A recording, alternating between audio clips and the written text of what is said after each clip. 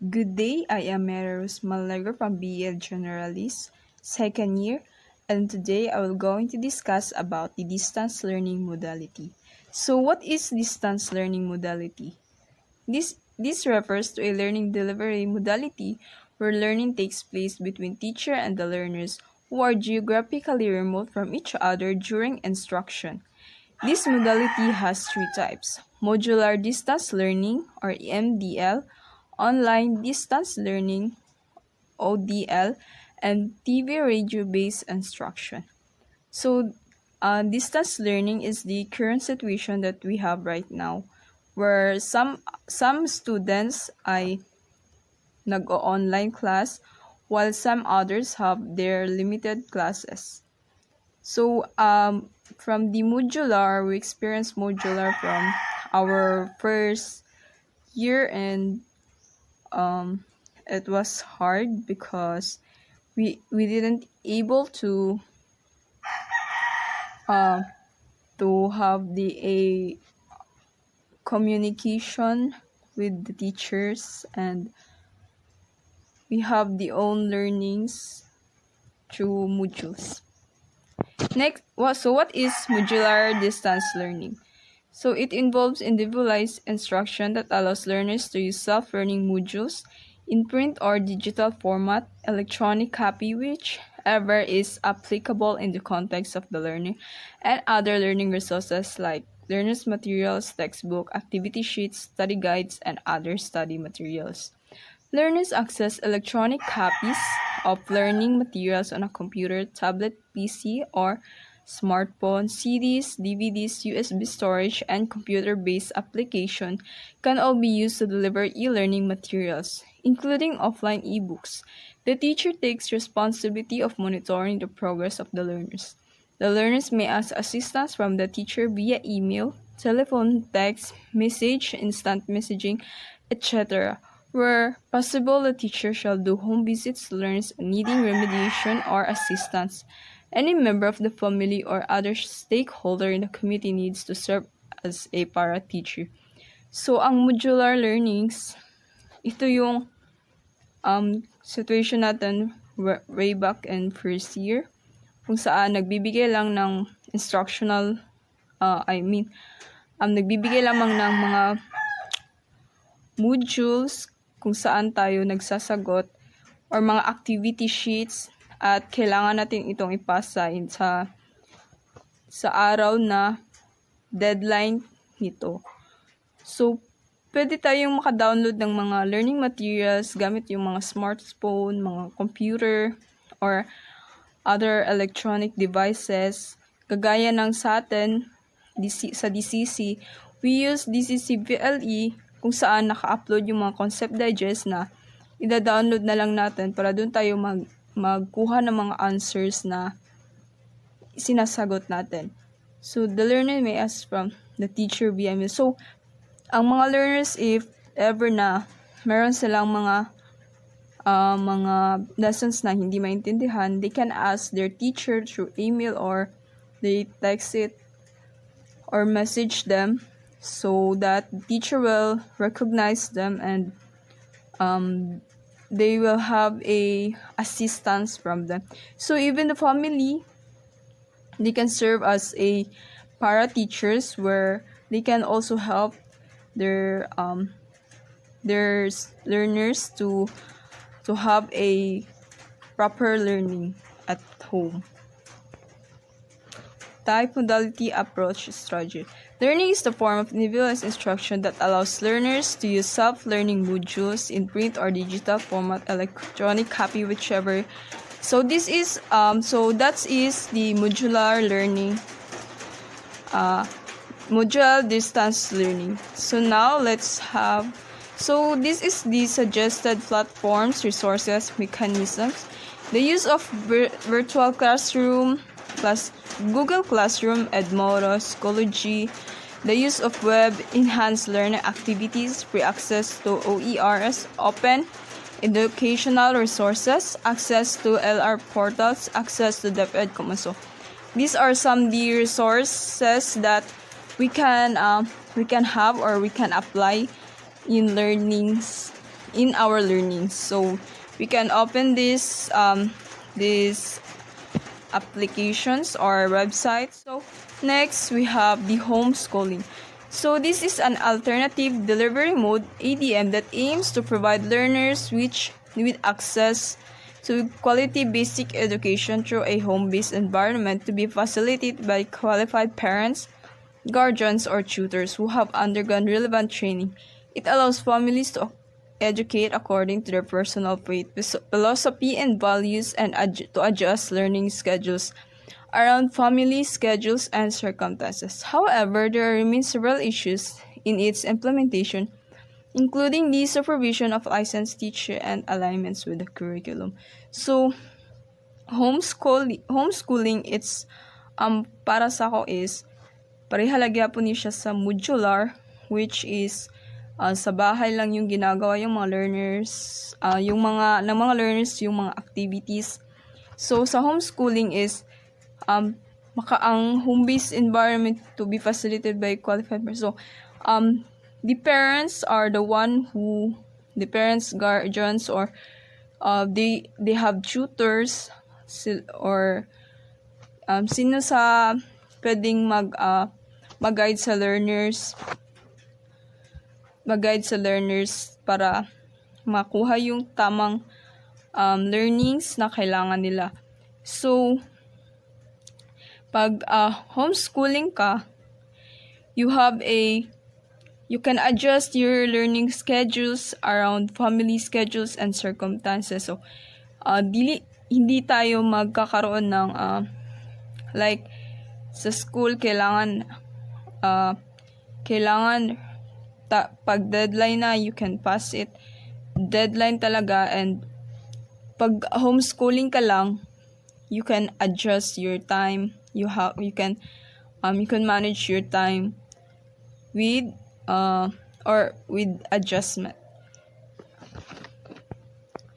So the suggested platforms, resources, the use of print materials, learning resources, modules, worksheet, activity sheet, etc. The use of digital buckets, learning materials. So it's just like the modular distance learning where nagagamit pa rin ng print materials na dinadala lang sa bahay. So like modules, worksheets, activity sheets,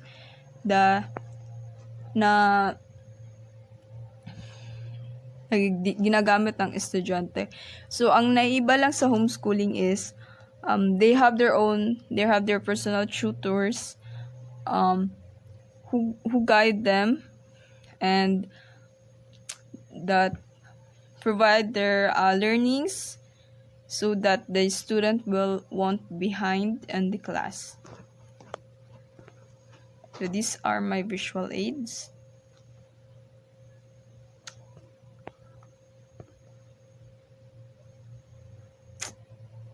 So that's all. Thank you. Hi, my name is Crystal Jane Aloro, and we are reporting week 10, delivery modalities. And I am assigned to report traditional face-to-face learning and blended learning. Traditional face-to-face learning. This refers to a learning delivery modality where the students and the teacher are both physically present in the classroom. And there are opportunities for active engagement, like immediate feedback and the social-emotional development of learners. There are so many type, modality, approach, and strategy to deliver the teaching in face-to-face. Like Misosa, Impact, Project Ease, face-to-face modular learning, and community-based instructional or ALS. But there are 5 schemes to deliver the teaching in face-to-face learning, like Modified Shifting of Classes or MSC, where in this shifting of classes, teaching is directly focused on concept with corresponding activities. And the shifting depends on how many days the competencies could be covered based on the competency codes and the number of competencies to be covered in all learning areas, like flipped classroom. The second is shifting of classes with dyadic teaching. Dyad means it is a group of 2 things or 2 people. During the dynamic teaching, learners have to go through a series of individual activities. After teaching, the learning competencies to be facilitated and monitored by 2 teachers. Third one, ESM, Focused Teaching for Junior High School or ESMT. Only English, science, and mathematics shall be taught in school. Other learning areas shall be using the modular home-based approach. The fourth one, RESM, Focused Teaching in Elementary or RESMT. It is only reading, English, science, and math shall be taught in school. Other learning areas shall be using the modular or home-based approach. The fifth one, Core is Specialized Focused Teaching in Senior High School or CST. Only core and specialized subjects shall be taught in school. Applied subjects shall be using home-based or life skill or modular approach. Now, let's proceed to blended learning. Blended learning. This refers to a learning delivery that combines face-to-face with any or a mix of online distance learning, modular distance learning, and TV radio-based instruction. Blended learning will enable the school to limit face-to-face learning to ensure social distancing and decrease the volume of people outside the home at any given time. And there are suggested platform, resources, and mechanisms that we use at blended learning. This use of print and non-print learning materials such as but not limited to the following, like modules, worksheets, activity sheets, and the use of gadgets for K-3 SIP-Ed learners. Good evening, everyone. I am Arlen M. Evangelio, and today I will be reporting the third part of the week 10, which is the considerations and strategies in the implementation of learning delivery modalities. So we all know that we have different learning modalities, and the first learning modality is the face-to-face learning or the purely face-to-face learning. So the considerations in the COVID-19 context is greater risk of COVID-19 exposure. It because most of the students have their physical interaction with each other that makes the risk of COVID-19 exposure greater. So the different the deep ed or the educational system in our Philippines or here in our country had created strategies so that the different implementation or the different learning delivery modalities will be implemented in the school. So the first strategy in the purely face-to-face learning is to reduce class size to an allowable number of learners for each class to a minimum of 15 learners in classes using table and chairs, and 20 learners in classes using armchairs to ensure physical distancing in school. So here in Davao Central College, only 15 students are allowed to get inside the classroom so that the physical distancing and the health protocols in the COVID-19 pandemic will be followed. So it is necessary to reduce the class size so that to follow the physical distancing and to avoid the greater risk of COVID-19 or the risk of COVID-19 exposure. Also, it was stated there that the maximum of 15 learners in classes using table and chairs. It because it is not only referring to senior high school, college, or the secondary. It also in the elementary. It because some of the students in the elementary are using table and chairs. Like for example, in kindergarten, they are using the table and chairs, and that is their physical structure of their classroom. So it is necessary that there are only 15 learners should use the table and chairs, and 20 learners in classes using chairs to ensure physical distancing. So the second strategies in the purely face-to-face learning modality is to adjust class and teacher schedule. It is important that we need to have an adjustment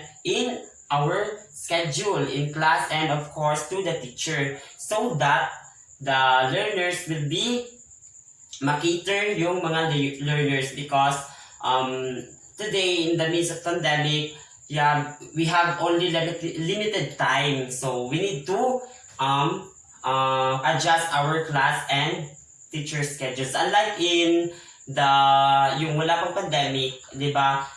Yes, we have an adjustment in our time, but not as what we have today, no, in the pandemic.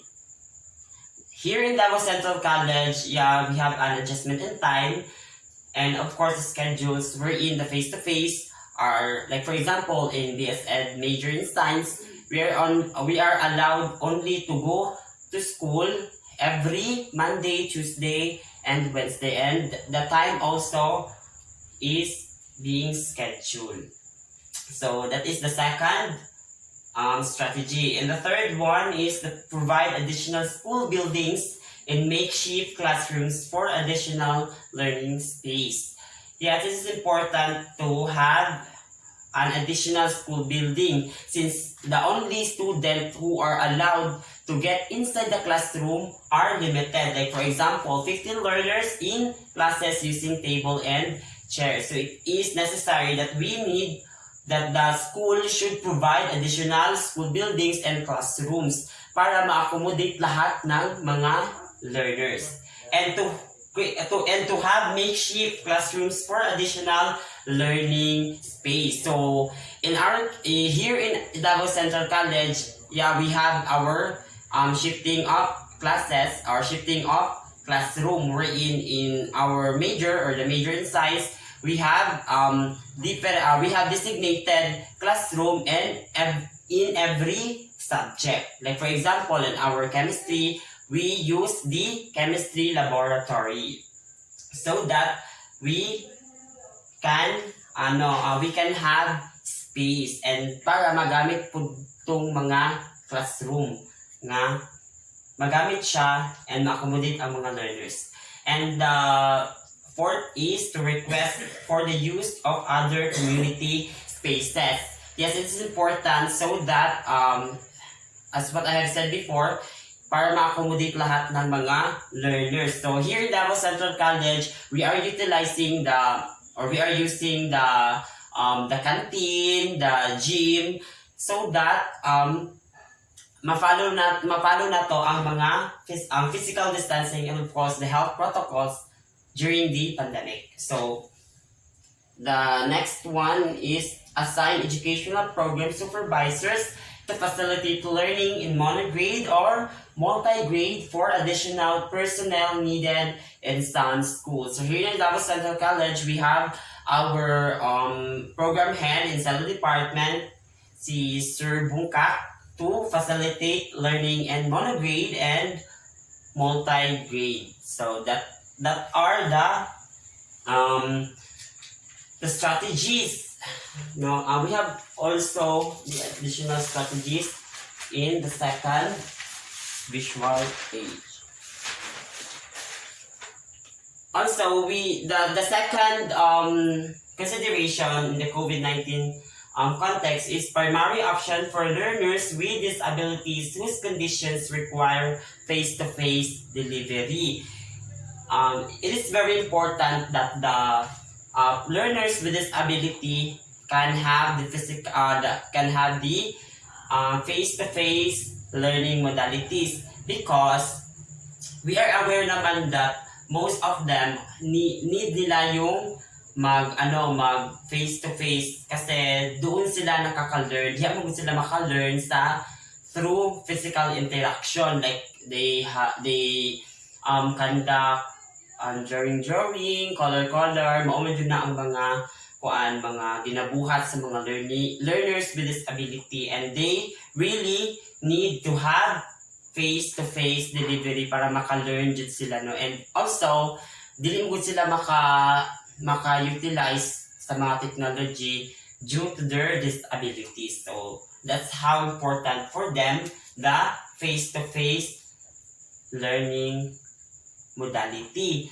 And the strategy is to ensure needed learning materials are available.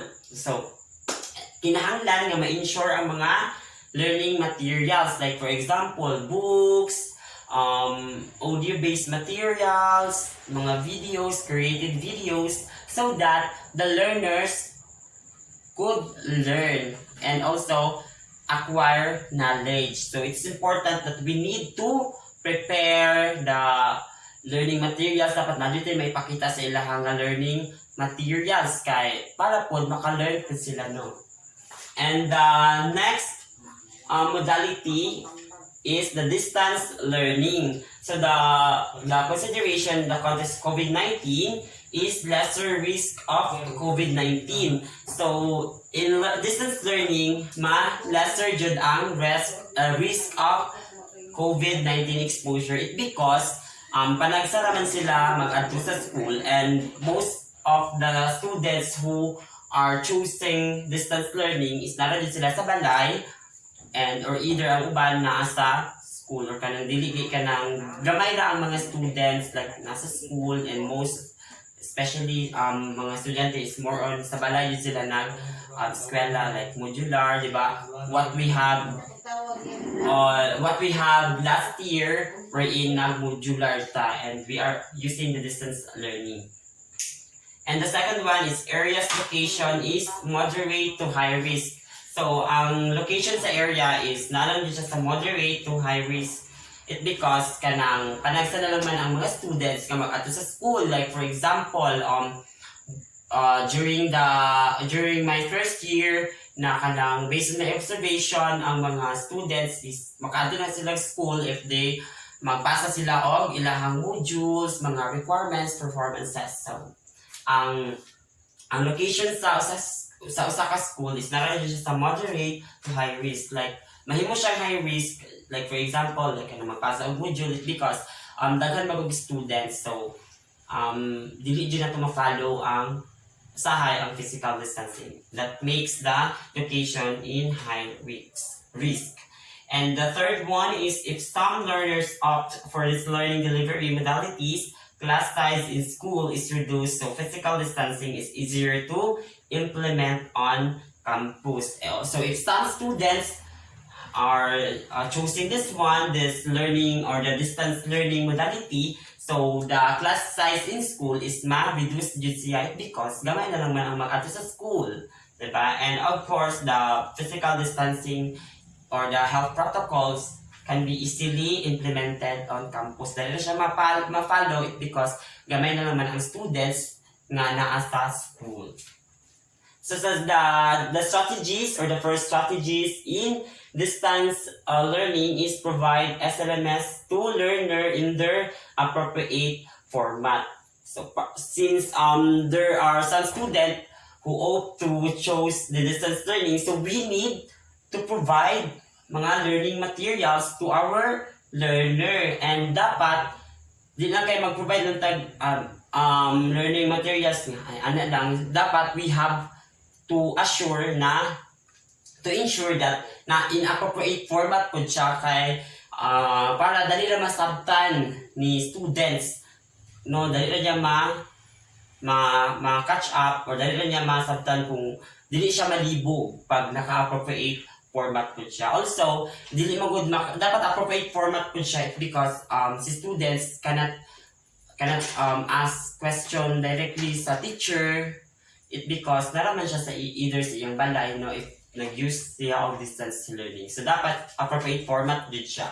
The second one is check availability of gadgets and equipment for learners and teachers as appropriate. So it is necessary to check the availability of gadgets and equipment for learners and of course for teachers para maka-acquire din og knowledge and mahimong ma-successful ang pag-follow sa distance learning.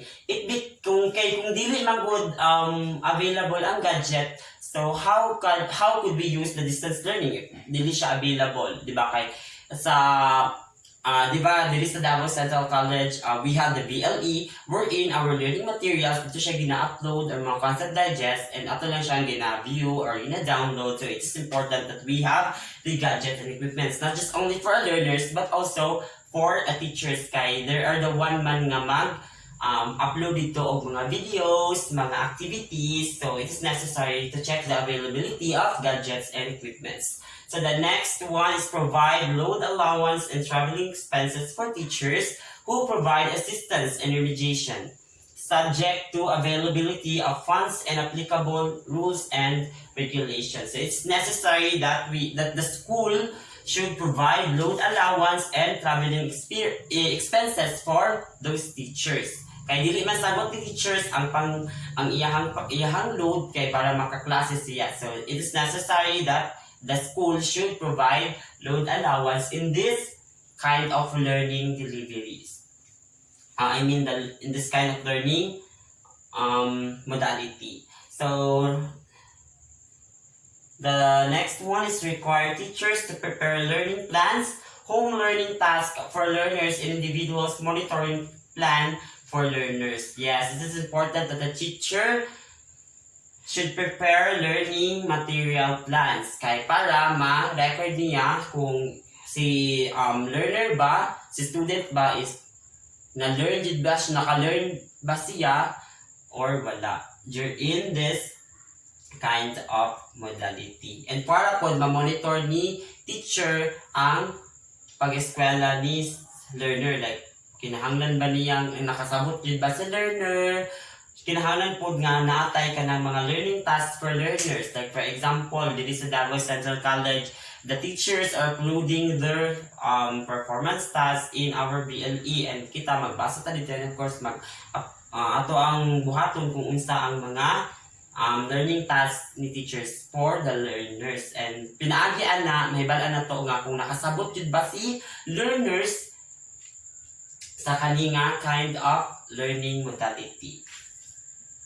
Next one is to ensure the availability of community learning facilitators to support learners while learning from home. Yes, it's very necessary that the school should ensure the availability of learning facilitators. Like for example, our parents, our brothers, our sisters, kung naaba na sila sa balay. Because kung wala magud ato ang mga learning facilitators sa balay, kisa na lang ma-support sa mga learners. Diba? Example, the learners have questions. So, kung wala available nga learning facilitators, so dili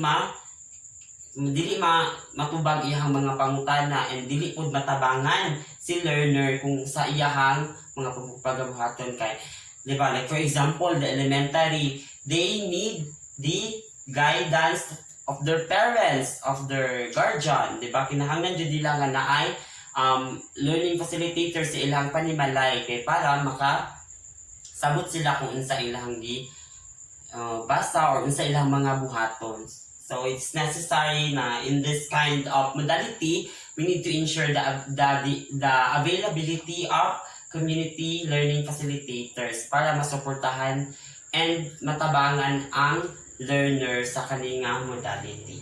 So that is the distance learning. So let's proceed to the different types of distance learning modality. So the distance learning modality has 3 types. So the first one is the modular distance learning. So the strategy is to train community learning facilitators for this distance learning delivery sub-modality. So, diba, before the school nag-implement sa modular distance learning, diba, nag-undergo pa ta og seminar pinaagi sa Facebook Live. So, kinahanglan jud ang ang mga learning facilitators, atong community learning facilitators or parents nga matrain sila para makasabot sila kung unsa ang ilahang buhaton as a learning facilitator sa mga ilahang mga anak. So, in order to implement the modular distance learning, kinahanglan nga matrain sa daan ang mga parents, guardians of the learners. And the second strategy is e-impact can be implemented as appropriate. So the e-impact should be implemented appropriately in school. So the next one is online distance learning. So the consideration is learners have the gadgets and reliable internet connectivity. Yes, it is important that the learner who are enrolled in this kind of learning modality should have the gadgets and reliable internet connectivity. Kaya unsaon man pagka-learn ni students kung wala siya gadgets, it because most of the pag mag-online magudta kuan jud na kinahanglan jud na jud tay gadgets, like for example our cell phones, our laptops, kay diha man magklase si teacher, no? So it is necessary that we have the gadgets and of course the internet connectivity. It is necessary that the learners have the internet connectivity. Kay when we say online, we are using internet. So kinahanglan jud kusog ang signal. Na ay signal kay para maka-acquire of knowledge ang usa ka learners nga nag-choose aning online distance learning. So the different strategies in this kind of or this type of distance learning is to train school officials, teachers, and partners to convert SLMs to PDF flat, interactive digital format, inclusive ebooks, videotape lessons, and radio scripts from SLMS. So, the first strategy is kinahanglan jud ma-train ang mga school officials, our teachers, and partners na ma-convert ang mga learning materials into PDF form sa in interactive digital format, inclusive ebooks, videotape lessons, and radio scripts from SLMS. Kay it is necessary kay para makabalo sila kung unsaon pag-convert or unsaon man nga para maka-learn jud si student nga nagamit aning online distance learning. So kinahanglan ma-train ang ato ang mga school officials and teachers, no, kay para kabalo sila sa ilang buhaton. The next one is upload PDF flat SLMS in the LP portal and it's an interactive digital format and inclusive ebooks and videotape lessons. So it is important that the learning materials should be uploaded in LP portal. Like for example, here in Davao Central College, we have the our VLE, no, diha gina-upload. So dapat ma-upload jud siya, no, kay para makabasa si student, maka-prepare siya if there's an activity, mabuhat niya kung unsa ang mga activities. So kinahanglan jud siya ma-upload. And schedule online screen time. So kinahanglan nga na-jay fix nga schedule ang mga learners nga nag-choose sa online distance learning kay para ma-accommodate pud sila, no, ma-accommodate pud ma-accommodate pud ang mga learners nga nagamit sa online distance learning. So that is the first type of distance learning modality. And the second one is the third one is TV and video-based instruction. So the strategies are first, teachers and partners to produce videotape lessons and scripts from SLMS. So kinahanglan nga ang teachers and partners kinahanglan mag-produce sila og mga curated video. Diba sa BLE we have the some of the teachers or I think tanan jud nga nag-upload jud sila og mga created video lessons kay para maka-learn these students, and it's one of the things nga buhaton in this kind of learning modality, ang produce og mga videotapes, lessons, and scripts from learning materials. So the second one is explore institutional partnership with media partners for radio and TV-based instruction. So kinahanglan nga ma-explore na to ang mga institutional partnership. Di ba sa TV na ay mga na mga channel wherein ano sila na ay mga nagatudlo ang na ay mga channels nga nagatudlo about different subjects, di ba? I think nagagamit niya taog ka ng signal na ano gani. So, it is necessary to explore institutional partnership with media partners for video and TV-based instruction learning modality. And the last learning modality is the blended learning. It is not the last pala. It is not the last. So, the next is the blended learning. So, the consideration in the COVID-19 context in this type of learning modality is lesser risk of COVID-19 exposure because blended man siya. So, ang students is naala siya sa either sa balay or mag-check school or mag-online siya. So, maless jud ang risk sa COVID-19 exposure. Also, area's location is low to high risk. It because, as what I have said before, nga ang mga students is they are learning through their homes, which makes the location low or high risk. So, high risk siya if the learners were passing their modules or their performances in the schools. It because there's a time na required jud ang magpasa or mag-perform in sa school. Like for example, sa MUA as a science major, we need to undergo experiments. So, kinahanglan jud mi nga na may physical interaction or kinahanglan jud mi nga moadto sa school. Next is if schools opt for this learning delivery modality, class size in school is reduced, so physical distancing is easier to implement in the campus. So if most of the student will choose this kind of learning modality, so ang class size sa school is ma-reduce siya because the learners will learning through their homes. And strategies are ensure needed learning materials for sub-modalities are available and accessible for learners. So, kinahanglan ang mga learning modalities ang mga learning materials are available and accessible siya sa mga learners. Dapat kuan sila. But in our school or here in Davao Central College, is accessible din siya, no? Kinahanglan din nga nandiyo tayo load para ma-access na to ang mga learning materials.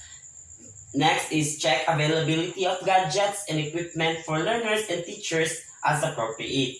So since blended man siya, there's a time now we are using the phone or mag-conduct og online classes. It's because blended man siya. When we say blended, it's a mix of either modular or online or face-to-face. So it is necessary to check the availability of gadgets and equipments for learners and teachers as appropriate. So the last one is require teachers to prepare learning plans, home learning tasks for learners, and individual monitoring plan for learners. So as I have already explained that kanina, so let's proceed to the last learning modality, which is the homeschooling as alternative delivery mode. So in this learning modality, you have the homeschooling. So the consideration is can reduce class size, so physical distancing will be easier to implement in school. So if the student is up for this kind of learning modality, so ma-reduce jud ang class size sa school and ma-follow jud nato ang physical distancing sa school because gamay naman ang student nga naasa face-to-face modality kay they are choosing the homeschooling. So nara sila sa balay nag-eskwela. Next is learners are enrolled in accredited schools. So the first strategy is learners are enrolled in accredited schools. So that's the very kanang pinaka kinahanglan jud nga unahon as a learners, kinahanglan jud of course nga enroll si learner sa school, di ba? Next is ensure that learning materials are converted to other formats needed. So kinahanglan nga ang mga learning materials is ma-convert siya into PDF form, in created video, no, in docs format, okay? Para nga if sa magpasa lang sila, ma-print ng lalayon, dito lang sila maka-answer. So kinahanglan in different formats jud ang mga learning materials. Like for example, dapat naka-radio scripts, video tape, lessons. It because dili magud tanan learners maka-learn through reading. Dili tanan ko learners maka-learn through watching videos or listening lessons. So the learners have different kanang strategies on learn or in acquiring knowledge. So it's necessary that the learning materials should be converted in different format. Okay, para ma-ensure na to that the learners can learn jud and kanang what we call of this, maka-assure ta ba nga maka-learn sila, because what I've said before nga dili jud tanang learners maka-learn through reading. So kinahanglan na magamit ta og different strategies so that the learners can successfully acquire knowledge. So that are the last part of the week 10, which is the considerations and strategies for the implementation of learning modalities. So I hope that you've learned something out of this discussion, and have a great day.